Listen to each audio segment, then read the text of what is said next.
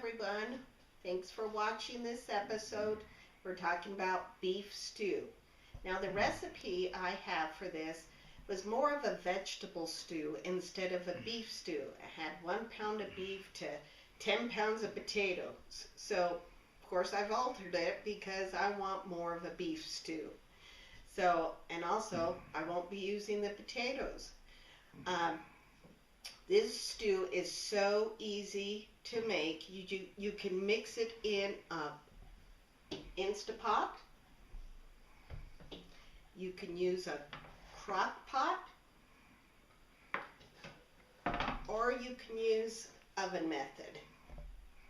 So no matter which method you use, it is easy. For the crock pot, you put everything in, and I'll list all the ingredients below, into the crock pot and just use the stew method, the beef stew program on your Instapot.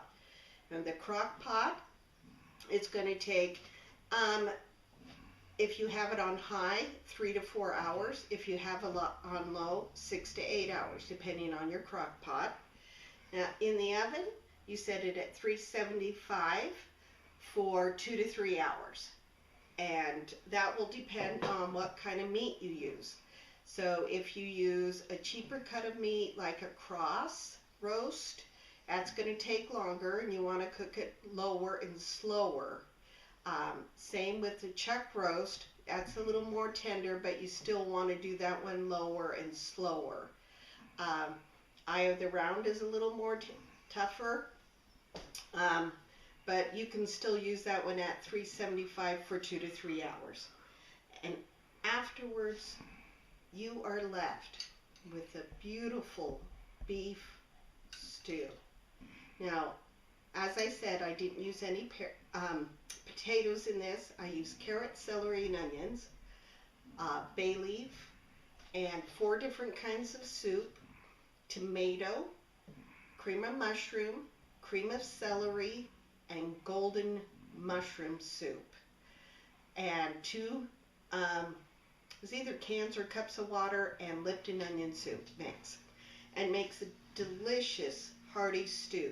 And I used 2 pounds of roast in that. So give it a try. It's absolutely delicious. I've been using it for years. I got the recipe, the main part of the recipe, from Morgan School District. They put out a cookbook years and years ago, probably about 20-30 years, and is listed as the Palmers listed this recipe. I've never met the Palmers, but the recipe is delicious. So I hope you enjoy my version of beef stew.